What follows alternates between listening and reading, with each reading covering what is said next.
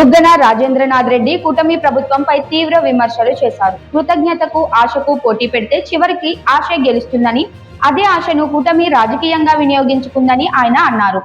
ఆ ఆశలోనే ప్రజలు మరోసారి మోసపోయారని వ్యాఖ్యానించారు. నారా చంద్రబాబు నాయుడును నమ్మి ప్రజలు మోసపోవడం ఇదే మొదటిసారి కాదని, ఇది 4వసారి జరుగుతోందని ఆయన ఆరోపించారు. 10 సత్యాలలో 2-3 అసత్యాలు ఉంటే మనం చెప్పొచ్చు. 10 సత్యాలలో 9 అసత్యాలు ఉంటే మనం ఏం చెప్పేది ఏముంది? దాంట్లో ప్రజలే చూస్తున్నారు. మనం ఎన్ని చెప్పినా ఎన్ని చెప్పకుండా ప్రజలే చూస్తున్నారు. నీకు 15, నీకు 15, నీకు 18, నీకు 20 అన్నారు కదా. 15, 18, 20 ఎక్కడున్నాయి? ఎంతమంది నిరుద్యోగులకు ఉద్యోగాలు వచ్చినాయి? ఎంతమంది నిరుద్యోగులకు 3,000 రూపాయలు నెలకి ఇస్తున్నారు అనేది ప్రజలకు తెలుసు కదా. అది బడ్జెట్లో పెడితే తెలియకుండా పోతుందా, పెట్టకుండా ఏమైనా తెలుస్తుంది? కృతజ్ఞతకు ఆశకు పోటీ పెడితే ఆశనే గెలుస్తుంది. ఇప్పుడు కృతజ్ఞత అనేది ఎవరి మీద ఉండాలా? జగన్మోహన్ రెడ్డి మీద ఉండాలా. ఎందుకంటే చెప్పిన ప్రతి ఒక్కరు చేసినాడు కాబట్టి. ఆశ కూటమి సృష్టించింది. ఇదే మనకు తెలియక నా విద్య. ఎవరు మీకు నాకు అందరికీ తెలుస్తుంది ఆశ సృష్టించింది. అబద్ధాలు చెప్తే ఆశ సృష్టి అవుతుంది. మానవుల ఎన్నికల ముందు ఇచ్చిన హామీలకు అధికారంలోకి వచ్చిన తర్వాత తీసుకున్న నిర్ణయాలకు మధ్య తీవ్ర వ్యత్యాసం ఉందని విమర్శించారు. మాజీ ముఖ్యమంత్రి వైఎస్ జగన్మోహన్ రెడ్డి అమలు చేసిన సంక్షేమ పథకాలను ఎన్నికల సమయంలో అనవసరమని విమర్శించిన కూటమి నేతలు అదే సమయంలో జగన్ కంటే ఎక్కువగా ఇస్తామని ప్రజలకు హామీ ఇచ్చారని బుగ్గన గుర్తు చేశారు. ఆశ సృష్టించినారు, ఈరోజు ఎత్తేసినారు.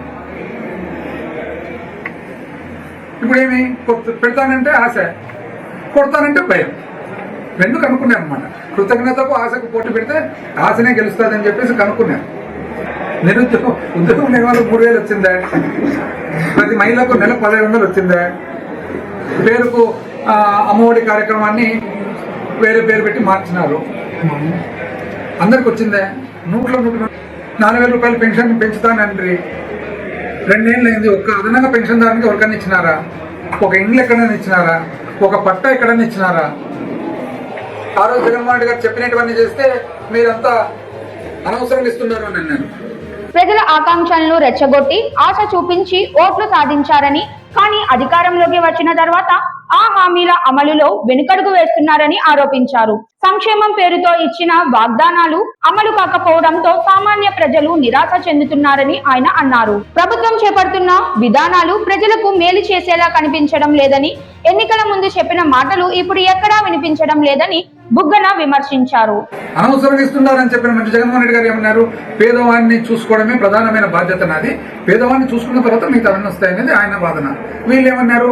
అసలు మీరు పేదవాడిని చూసుకోవడమే అనవసరం అనేటట్లు చెప్పి ఎలక్షన్ టైం వచ్చేటప్పటికి అందరూ 300 ఇస్తా అంటారు. ఆశ.